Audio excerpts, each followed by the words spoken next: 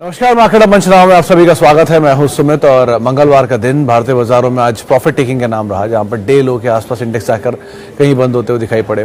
18,230-250 की रेंज में कहीं इंडेक्स आ गया, क्योंकि जो 280 के रेंज में कहीं इंडेक्स बंद होता हुआ दिखाई पड़ा। फर्स्ट हाफ की तेजी सेकेंड हाफ में फिजल आउट, और वीकली मतलब ट्यूसडे थे तो फिर निफ्टी एक्सपायरी भी थी, तो उसका भी इम्पैक्ट आप मान लीजिए। एनर्जी, एफएमसीजी, ये कुछ ऐसे नाम थे जो कि प्रेशर में थे। मिड कैप स्मॉल कैप में खरीदारी थी, लेकिन जो इंटेंसिटी थी फर्स्ट हाफ की वो फिजल आउट हुई सेकंड हाफ तक आते हैं, तो फ्लैट टू पॉजिटिव साइड पे जाके कहीं दोनों इंडिसेस बंद हुए, mid cap small cap. PSU और आईटी शेयरों में थोड़ी बहुत खरीदारी जरूर बनते हुए दिखाई पड़ी, लेकिन बहुत बड़ी नहीं, कोई हल्की तेजी थी। बिकवाली थी एफएमसीजी में, बिकवाली थी फार्मा में।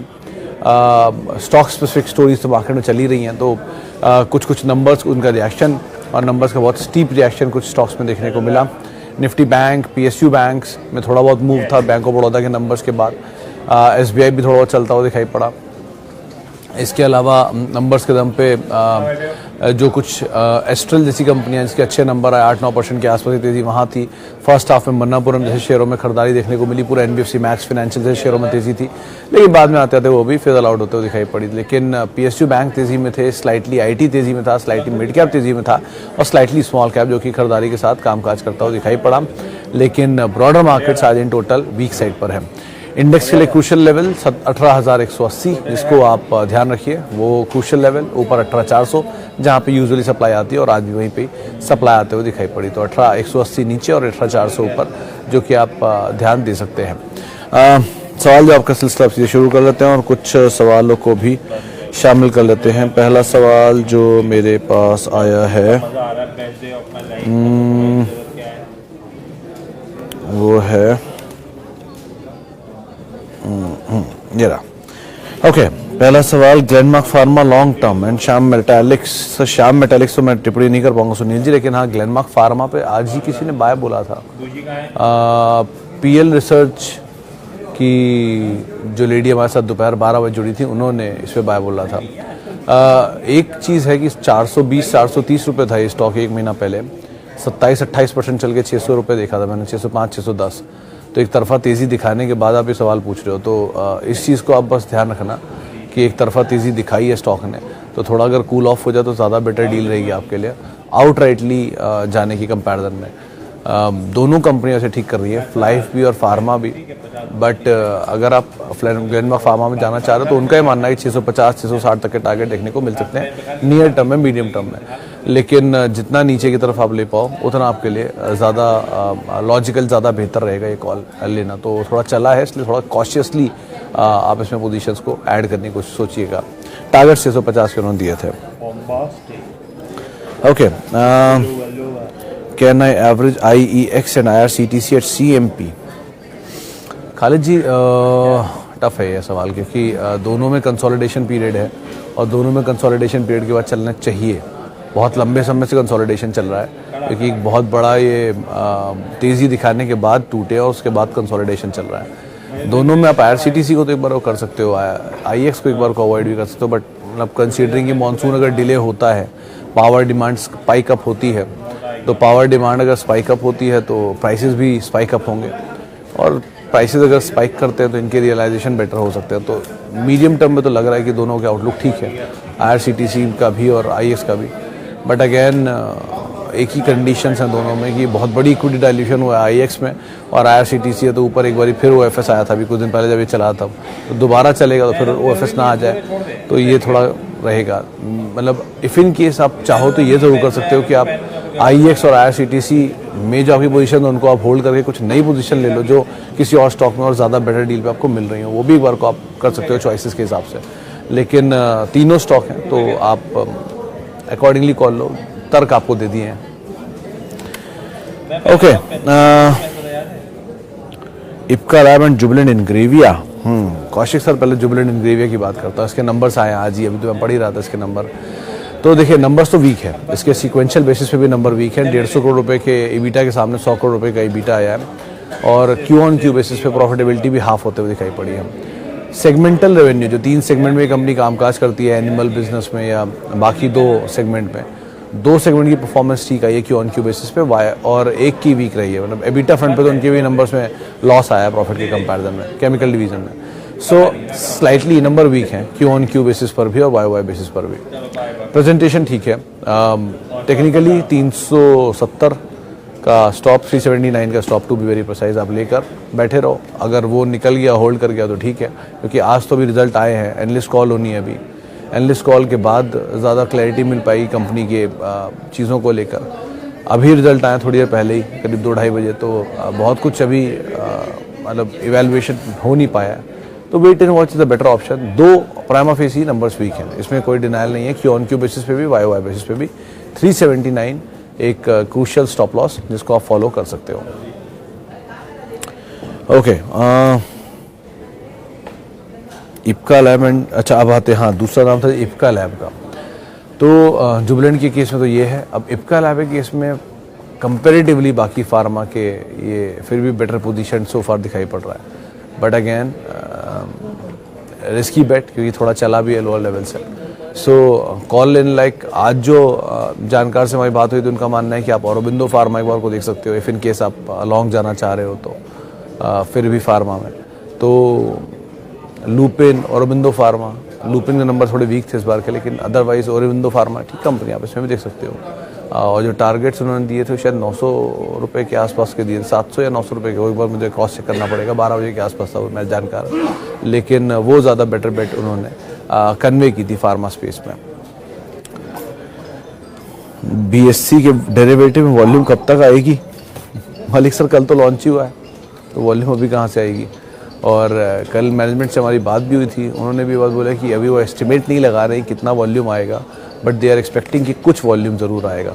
सो पिकअप करने दीजिए, कुछ अप्रूवल्स पेंडिंग भी हैं उनके डेरिवेटिव प्रोडक्ट्स को लेकर, कुछ और नए प्रोडक्ट्स को, बट उनको लग रहा है कि हाँ इसमें अच्छा वॉल्यूम आएगा। पहले ही कंपैरिजन में क्योंकि मिसमैच होता था सेंसेक्स BSE 50 और निफ्टी के फ्यूचर्स में, तो इसीलिए उन्होंने मैच करने के लिए 30 का फ्यूचर डाल दिया इसको भी। तो पिकअप आना चाहिए वॉल्यूम, एक्सपेक्ट तो वो कर रहे हैं, रेस्ट देखते हैं कैसे आते हैं। नंबर इस क्वार्टर के BSE के ठीक थे, वाई बेसिस पे भी अच्छे नंबर थे। सो कल मैनेजमेंट थी हमारे साथ, आप चाहो तो इंटरव्यू सुन सकते हो, 12 बजे अराउंड पूरा इंटरव्यू चला था, देख लेना ही कैसे वो एक्सपेक्ट कर रहे हैं कि डेरिवेटिव्स कैसा परफॉर्म करेगा उनका। बिरला सॉफ्ट और Tata motor and Manappuram finance, देखिए तीनों ही स्टॉक में अपमूव तो आया है। मन्नापुरम नीचे से चला है करीब 100 रुपये से 115-117 रुपये तो आज ही था, और मतलब 15-17%। टाटा मोटर्स तो नया हाई बना रहा है, आज भी बढ़िया तेज़ी में था फर्स्ट हाफ में तो at least. And likewise Birla soft numbers के बाद चला और आज तो F&O के टॉप गेनर्स में शुमार था, टॉप थर्ड मतलब पोजीशन पे था। कुछ हाउस व्यूज़ भी थे इसके ऊपर, जिसकी वजह से इसमें आज एक पिकअप आता हुआ दिखाई पड़ा। बिरला सॉफ्ट को तो आप एटलीस्ट होल्ड कर ही सकते हो, टाटा मोटर भी आप होल्ड करो। मन्नापुरम के केस में न्यूज़ फ्लो थोड़े ज़्यादा है, तो उनको आप ध्यान रखना कि क्या ED का जो मामला चल रहा है उसको लेकर क्या क्लैरिटी आती है, तो वहाँ पर एक बार को अगर रिस्की ट्रेडर हो तभी आप अपनी पोजीशंस को देखना। लेकिन फंडामेंटली टाटा मोटर्स के नंबर्स बेटर साइड पर आए इस क्वार्टर में, एविटा फ्रंट पर भी, और बिरला सॉफ्ट के नंबर्स भी बेटर थे, जिसको बाजार ने रिएक्ट भी किया, तो ये दोनों के नंबर्स अच्छे थे इस क्वार्टर में। और मन्नापुरम के केस में आप न्यूज़ फ्लोज को ध्यान रखिएगा। टाटा मोटर के केस में 650 रुपये के टारगेट्स भी, जो एवरेज कंसेंसस ब्रोकरेज हाउसेस का व्यू है वो 650 रुपये, 600 रुपये, 635, 625, 650 इसी रेंज में आया है। तो आप ब्रोकरेज हाउसेस का व्यूज़ भी अगर देखना चाह रहे हो तो वो एक व्यू उन्होंने दिया है, कल नंबर्स के बाद आया था। ओके, इसके अलावा HDFC bank buy on this price, Patil sir depends आप क्या टाइम फ्रेम रखना चाहते हो या क्या क्या होराइजन लेके चल रहे हो स्टॉक में, क्योंकि दो द बैंक इज़ गुड, इसमें तो कोई दो राय नहीं है, क्वालिटी अच्छी है, बढ़िया बैंक है, अच्छे नंबर्स हैं, सब कुछ सही है, बट थोड़ा भागा हुआ है तो थोड़ा नीचे मिल जाता ज़्यादा बेटर। ये SIP बेस्ड स्टॉक्स होते हैं, HDFC हुआ, ICICI हुआ, एक्सिस हुआ, कोटक हुआ, इनको आप आराम से एक्यूमुलेट भी कर लें तो भी कोई प्रॉब्लम नहीं है। आउट राइटली जाने की ज़रूरत, मतलब कोई भी स्टॉक अगर आप लेना चाह भी रहे हैं नया, तो आउट राइटली जाने की क्या ही ज़रूरत है। 2 दिन से जो बाज़ार में तेज़ी थी या कल जो तेज़ी थी वो बता ही रही थी कि ये फियास्को है, थोड़ा बहुत नीचे आ सकता है मार्केट, और झटकास दे भी दिया सेकेंड हाफ में, तो ठीक है थोड़ा बहुत नीचे मार्केट मिल रहा है, आप आराम से ऐड करिए। अच्छी क्वालिटी का बैंक है और it's an investment grade stock basically, it's not a trading stock. So investment grade stock जब भी होते हैं उनको आप आराम से ऐड करिए और कोर पोर्टफोलियो का हिस्सा बना के छोड़ दीजिए, यहाँ पे ऐड कर लीजिए, थोड़ा सा नीचे मिले थोड़ा वहाँ ऐड कर लीजिए, थोड़ा और नीचे आए थोड़ा वहाँ ऐड कर लीजिए। इनके केस में स्टॉप लॉसेस नहीं चलते हैं, लेकिन मतलब इन्वेस्टर्स के लिए ऑब्वियसली, ट्रेडर्स की सिचुएशन अलग होती है। लेकिन यहाँ पर आप कंसिस्टेंट नंबर्स हैं, 10 साल से कंसिस्टेंट नंबर्स हैं, सो अकॉर्डिंगली आप आराम से स्टेबली इसको एक्यूमुलेट करिए, वो ज़्यादा बेटर रणनीति रहेगी एटलीस्ट तरह के स्टॉक्स के लिए। ओके,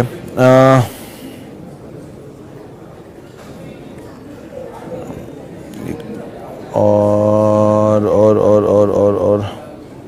BEL, घोषाल साहब, BEL के केस में तो मैं क्या ही बोलूँ आपको, क्योंकि एक तरफा चला था पहले, और जब इसमें वो डिफेंस के न्यूज़ फ्लोज बनने थे, सब्सिडरी के डीमर्जर की बातचीत भी हो रही थी, नहीं वो तो अच्छा वो BEML था, लेकिन BEL के केस में भी ईजी आई थी। स्टिल अगेन केविएट सेम कि PSU कंपनी ऊपर के लेवल पे OFS कभी भी आ सकता है। HAL केस में भी थोड़ा सा कॉशियस स्टांस रखिएगा जिनके पास है वो। आज वैसे वो यतिन ने खबर दी थी, वो अच्छी खबर थी कि HDFC फंड ने एक नया फंड निकाला जो डिफेंस बेस्ड फंड है, तो वो डिफेंस सेंट्रिक कंपनीज में ही इन्वेस्ट कर रहा है और डिफेंस कंपनीज में नया आउटफ्लो और आ सकता है फंड्स की तरफ से, तो ये एक ट्रिगर बन सकता है। और उसमें BEL, एस्ट्रल, HAL इन सब का नाम है। बट अगेन कोई भी कंपनी जो सरकारी है, बढ़िया तेज़ी दिखा चुका है, उसमें एक चीज़ का ध्यान रखना कि ऊपर के लेवल पे OFS कभी भी आ सकते हैं, तो एक केविएट के साथ अपनी पोजीशंस को आप होल्ड करिएगा। सम ट्रैक्शन टेक्नोलॉजी, फरीद सर ये नाम मैंने नहीं सुना, तो मैं इसके लिए माफ़ी चाहूँगा, मेरी इग्नोरेंस और लिमिटेड अंडरस्टैंडिंग है कि मैं ये जानता नहीं, तो इसके लिए मैं माफ़ी चाहूँगा। अगर ये नई वाली लिस्टिंग है ट्रैक्सॉन, तो आपने शायद स्पेलिंग गलत लिखी है, लेकिन अगर यही स्पेलिंग है तो इस नाम को मैंने कोई कंपनी नहीं सुना है। Reliance down 1.3%, any reason? Dhawan साहब, मार्केट ही डाउन है और रिलायंस हैवी वेट है, चला है, कल चला था, आज नीचे आ गया, ऐसा तो कुछ नहीं। वैसे भी वो एक रेंज के अंदर ही कामकाज कर रहा है, नीचे 2100 2200 की रेंज और ऊपर 2500 2600, तो इसी रेंज के अंदर ही कामकाज कर रहा था। ऐसा कुछ नहीं है कि कोई बड़ा वजह हो, आपके पास है तो आप आराम से बने रहोगे, और अगर आपके पास नहीं है तो नीचे की तरफ ऐड करोगे। बड़ी सिंपल सिचुएशन है यहाँ पे। और आज मार्केट वैसे भी थोड़ा ब्रीदर ले रहा है, जो बढ़िया तेज़ी आई है उसके बाद नीचे ब्रीदर लेना जरूरी भी है। आज कैश मार्केट शेयरों में उतनी भी क्वालिटी नहीं थी, बाइंग थी वहाँ मिड कैप स्मॉल कैप में, फ्रंट लाइन इंडेक्स ही बैकफुट पे था, तो इसलिए भी थोड़ा इम्पैक्ट आपको लग रहा है, लेकिन अदरवाइज ऐसा कोई बड़ा सीवियर डैमेज मार्केट में नहीं हो गया है। ओके, और Sir, on 20th April, I got 13 share of Mankind Pharma. It's fundamentally good to stock to hold for long term, or within 1 year we will see Mankind Pharma as Nykaa. दास साहब, ये मतलब मेरी सीमित जानकारी कहती है कि ऐसा होना नहीं चाहिए। दोनों में बहुत स्ट्रक्चरली डिफरेंस है। देखिए, नायका बहुत ही महंगा शेयर लेकर आए थे अपने इशू प्राइस के, महंगा ये भी है, लेकिन ऐसा नहीं है कि बिल्कुल ही एग्जॉर्बिटेंट महंगा प्राइस हो। वहाँ इंटेंशन थी इक्विटी डाइल्यूशन के आते के साथ ही बोनस स्प्लिट लगातार आए, यहाँ ऐसा कुछ अभी तक तो नहीं है। अभी तो लिस्टिंग ही हुई है, तो कुछ भी कहना मुश्किल है। 3, वो फियास्को नहीं है जो नायका के केस में था, इनके केस में नहीं है। 4, प्रोडक्ट बहुत स्ट्रॉन्ग है सर, 30% मार्केट शेयर ये ओन करते हैं।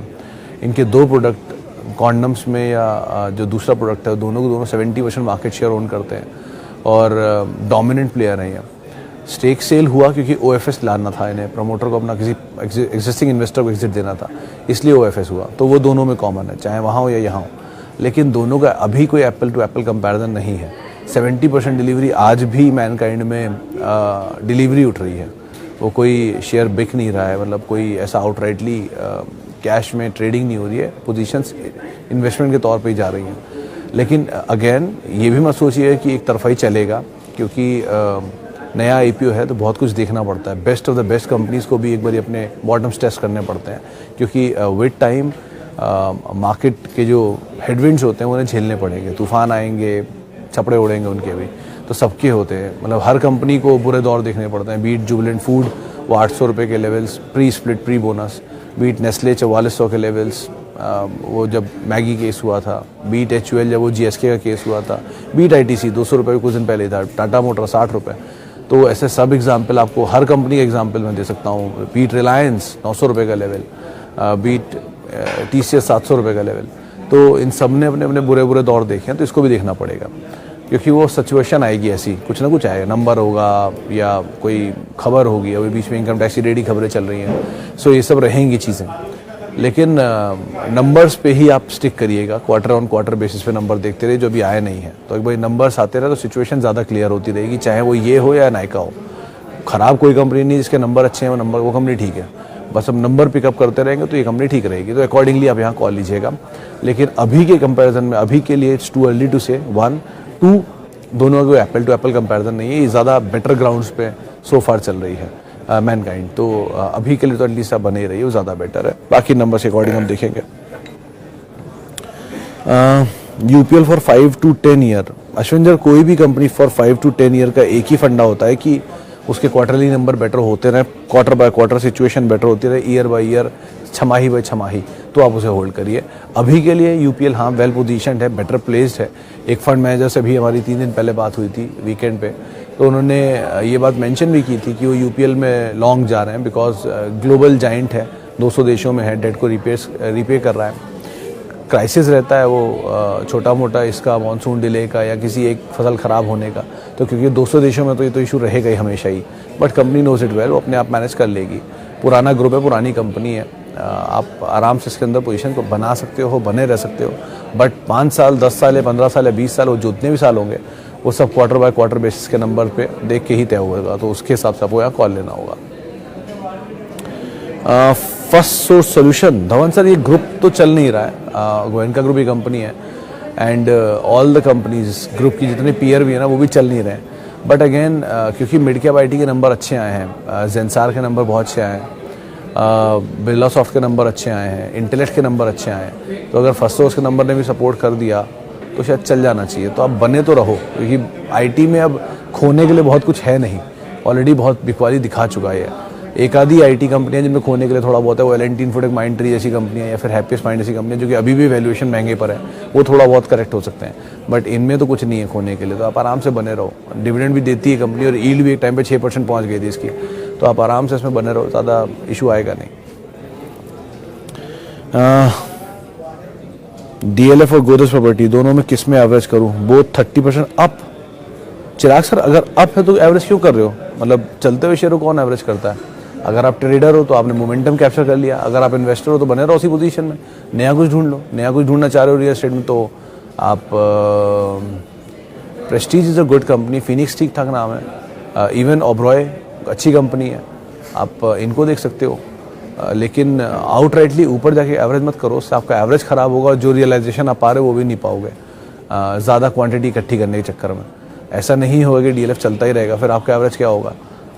तो इम्पॉर्टेंट है कि ऊपर का दाम का इस्तेमाल करो बेचने के लिए और नीचे के दाम का इस्तेमाल करो एवरेज करने के लिए, वो ज़्यादा लॉजिकल सिचुएशन होती है स्टॉक्स में, इंस्टेड ऑफ ऊपर के दाम पे एवरेज करके नीचे के दाम को बेचने के। तो उस हिसाब से आप कॉल लीजिए please. Okay, how reliable are the targets of brokerages? You follow the market on daily basis. How accurate were they in past, and which one is more accurate among the others? Sanjay sir, इस market में एक beauty ये है बाजार की कि इसमें सब गलत है। मैं भी गलत हूँ, झुंझुनवाला साहब भी गलत है, भसीन जी भी गलत है, सर्वेंद्र भी गलत है, एवरीवन इज रॉन्ग वन, और सब सही है, क्योंकि सही सिचुएशन पे समय समय पर सब सही होते हैं, समय समय पर सब गलत होते हैं। एग्जाम्पल देता हूँ, इंडिया बुल्स रियल एस्टेट इसी प्लेटफॉर्म पे बोला गलत पड़ गया, CG पावर इसी प्लेटफॉर्म बोला सही पड़ गया, जुबिलेंट एंड ग्रेवियस प्लेटफॉर्म बोला 380 का स्टॉप लॉस ट्रिगर हो गया तो वो भी गलत हो जाएगा, लेकिन इसी प्लेटफॉर्म पे जेंसार सही हो गया। सो कोई भी गलत हो सकता है, कोई भी सही। पहली चीज़, गलत होने का राइट सबको है, ऐसा नहीं है कोई गलत नहीं हो सकता, मशीनें नहीं है कोई भी। अब रही बात की ब्रोकरेज हाउसेस के व्यूज़ कितने एक्यूरेट होते हैं, सर उनकी कमेंट्री पढ़िए, वो बहुत इंपॉर्टेंट होती है। कमेंट्री में वो बिटवीन द लाइन पढ़ लेते हैं, ज़्यादा एनालिटिकल होते हैं, वो ज़्यादा लॉजिकल होते हैं और बहुत डीप क्वेश्चंस के जवाब होते हैं उसमें। लेकिन उनके टारगेट्स को अवॉइड करिए, क्योंकि टारगेट्स एक असेसमेंट होता है कि इस हिसाब से अगर इनकी अर्निंग रही तो इस हिसाब से इनके टारगेट बनेंगे। कभी कभी वो नहीं भी होते हैं सही, तो इंस्टेड ऑफ दैट आप कोशिश ये कर सकते हैं कि कमेंट्री पढ़िए, कमेंट्री के हिसाब से आपको ठीक लग रहा है तो अपने टारगेट्स के हिसाब से बने रहिए। और आप 600 रुपये का टारगेट टाटा मोटर पर अगर उन्होंने दे दिया और 650 रुपये नहीं आया है, 599 से घूम गया, तो ऐसा नहीं है ना कि टाटा मोटर्स का टारगेट गलत हो गया, ख़राब हो गया। 600 रुपये आएगा, कितने साल बाद आएगा ये भी नहीं पता। सो टाइमलाइन नहीं होता, ड्यूरेशन नहीं होती, ओपन टारगेट्स होते हैं, सो आप फंसने की प्रोबेबिलिटी टारगेट देखिए क्यों करते हो। इंस्टेड आप कमेंट्री पढ़ो, आपको ये समझ में आ गया कमेंट्री से वो बुलिश है कि बियरिश है। अगर वो बुलिश है तो टारगेट 2 रुपये ऊपर का हो या 10 रुपये ऊपर का हो, क्या ही फ़र्क पड़ता है, आप भी बने रहो। अगर आपको लगता है कि नहीं टारगेट्स बियरिश है, कमेंट्री बियरिश है, सिचुएशन सही नहीं लग रही है, तो अवॉइड, स्ट्रिक्टली अवॉइड। और रही बात गलत सही की, तो सर बाज़ार में गलत सही चलता रहता है। अगर किसी कंपनी के नंबर सही हैं या कंटिन्यूसली ग्रोइंग है तो आराम से बने रहो, 1-2 क्वार्टर ऊपर नीचे रहेगा, थोड़ा बहुत गलत सही पड़ेगा, एंड में उसका जो भाव है वो ऊपर का ही आपको दिखाई पड़ेगा। सो इस तरीके से आप काम करो, वो आपके लिए ज़्यादा लॉजिकल एटलीस्ट हो सकता है। कोई ऐसा इंडिविजुअल ब्रोकरेज हाउसेस नहीं है जिसने कई जगहों पे मॉर्गन स्टैनली सही नहीं था। बड़ी इंटरेस्टिंग एक बात है कि बहुत साल पहले मॉर्गन स्टैनली ने जुबिलेंट फूड में 9% या 7% स्टेक ले लिया था, फिर उनका शेयर नहीं चला तो उन्होंने मॉर्गन स्टैनली ने बेच दिया। वो जब खबर आई थी कीड़ा निकलने की जुबिलेंट फूड में, उसके बाद उन्होंने जैसे ही बेचा जुबिलेंट फूड भाग गया, उन्होंने दोबारा स्टेक लिया जाके 1800 या 1900 रुपये में। तो ऐसा होता है, मल्टीपल टाइम कोई भी गलत पढ़ता रहता है और कोई भी अपने लॉसेस को बुक करता है, सिचुएशन को रीइवैल्यूएट करता है। गलत पढ़ते हो तो आप एक्सपीरियंस लेते हो, सही पढ़ते हो तो आप रिवॉर्ड लेते हो, अकॉर्डिंगली आपको यहाँ काम करना होता है। इसके अलावा